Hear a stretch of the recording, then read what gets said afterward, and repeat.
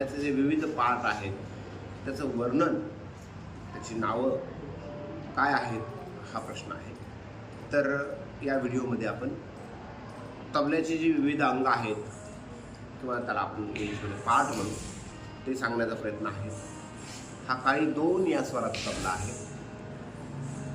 सर्वप्रथम शाई, हे जे काळं काळं दिसतंय याला शाई असं म्हणतात. तदनंतर हा जो मधला पार्ट आहे, भाग आहे, याला लव किंवा मैदान असं म्हटलं जातं. लव किंवा मैदान अशी 2 नावं आहेत. त्यानंतर हा जो तबल्याच्या किनारीचा भाग आहे याला किनार किंवा चाट असं म्हटलं जातं. याला सुद्धा 2 नावं आहेत. या भागाला चाट किंवा किनार हा जो भाग आहे. त्यानंतर हे जे वेणीसारखं आपल्याला दिसत आहे, विणकाम केलेलं, हे जे तबल्याचं चर्म आहे, लेदर आहे, चमडा आहे, याला बांधायचं काम या गजऱ्याद्वारे केलं जातं. याला गजरा असं म्हणतात. आणि हे जे छोटे छोटे होल आपणास दिसून येत आहेत, 1 2 3, प्रत्येक घरामध्ये हे जे छोटे छोटे होल आहेत ज्यातून विणकाम केलेलं आहे, या चमड्याला विणलेलं आहे, याला नाक असं म्हणतात. प्रत्येक तबल्याला एकूण 8 गठ्ठे असतात. हे जे गठ्ठे आहेत, लाकडी गठ्ठे, हे 8 आहेत. आणि या 8 घरांमध्ये, 8 गठ्ठ्यांमध्ये 16 घरं आहेत. 16 घरं आहेत. घरं म्हणजे काय की 1 इथून सुरुवात होते. 1 2 3 4 5 6 7 8 9 10 11 12 13 14 15 16 अशा पद्धतीने 16 घरं आहेत.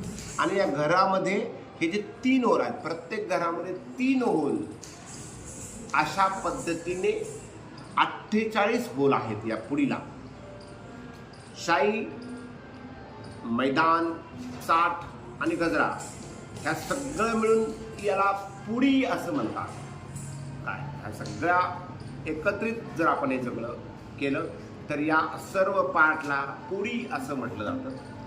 आणि ही पुडी 16 घरांमध्ये बांधली जाते. आणि 16 घरांमध्ये प्रत्येक घरामध्ये जे विणकाम केलं जातं, ज्याला आपण नाक असं म्हणतो, ते होल जे आहेत हे प्रत्येक घरामध्ये 3 असतात. आणि मोठा तबला जर असेल, मोठ्या तोंडाचा, हा 5.25 इंचाचं हे जे मुख आहे हे 5.25 इंचाचं आहे.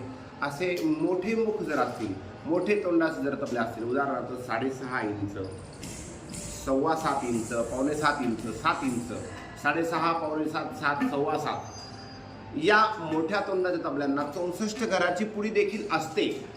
आणि ती 64 घराची पुडी जर तयार करायची असेल आपल्याला, तर त्यामध्ये आपल्याला एका घरामध्ये 4 होल घेतले जातात. 16 चोक 64 असं त्याचं गणित होतं. 48 घरांची पुडी किंवा 48 होलची पुडी, 48 घरांची पुडी असंही म्हटलं जातं. आणि 64 घरांची पुडी, अशा पुडीच्या बांधणीमध्ये 2 प्रकार आहेत. पुढे जाऊयात. हा झाला पुडीचा विषय. तदनंतर हे जी दोरी दिसते आपल्याला, याला वादी असं म्हणतात. वादीमध्ये हल्ली नायलॉन वादी आणि चर्मवादी, इकडे जो डग्गा आहे ही चर्मवादी आहे आणि ही नायलॉन आहे. असे 2 प्रकार वादीमध्ये देखील आपणास पाहावयास मिळतात. गठ्ठे, तबल्याला 8 गठ्ठे असतात. हे जे लाकडी ठोकळे आहेत त्याला गठ्ठे असं म्हटलं जातं. तदनंतर हा सगळा जो ताण आहे, पुढीला दिला जाणारा ताण, एक विशिष्ट लेवलचा ताण, आणि त्यामधून विशिष्ट लेवलचा स्वर निर्माण होतो. ज्या स्वरांना आपण काळी 1, काळी 2, काळी 3, काळी 4, काळी 5 अशी नावं दिलेली आहेत. हा सगळा जो ताण निश्चित केला जातो ते या गुडरीवर, हा जो गोल दिसतोय आपणास, हे जे दिसतंय याला गुडरी असं म्हणतात. ही गुडरी मात्र चर्मवादीनेच तयार केली जाते. याला चमडीवादी असं म्हणतो आपण, लेदरवादी. तर हा जो गोल आहे आणि याला ही जी गाठण आहे, या गाठणीवर तो ताण निश्चित केला जातो. तर या गोल भागाला गुडरी असं म्हणतात. आणि तबला, ही जे लाकूड आहे याला लाकडी खोड असं म्हणतात.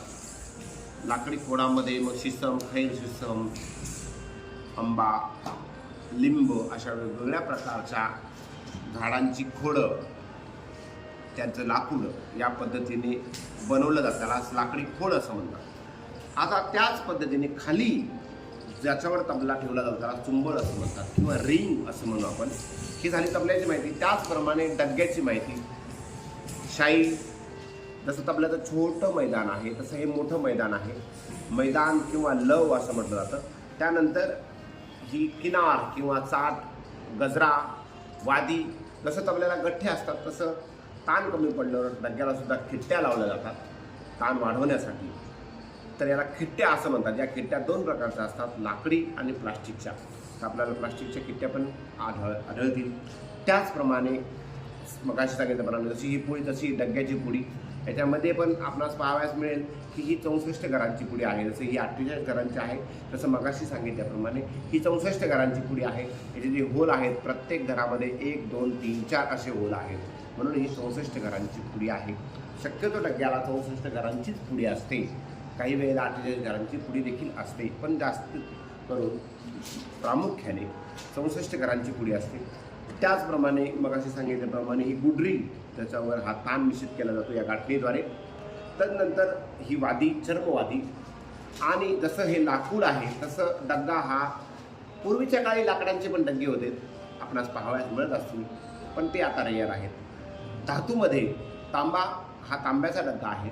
तांबा किंवा पितळ किंवा स्टील या 3 धातूमध्ये प्रामुख्याने डग्ग्याची भांडी बनवली जातात. आणि त्या भांड्यांना अशा पद्धतीने चर्मवादीद्वारे आणि लेदरद्वारे, चमड्याद्वारे मढवलं जातं. अशा पद्धतीने तबल्याच्या विविध अंगांची ही नावं आहेत, त्याचा परिचय आपणास थोडक्यात करून देण्याचा मी प्रयत्न केला. धन्यवाद.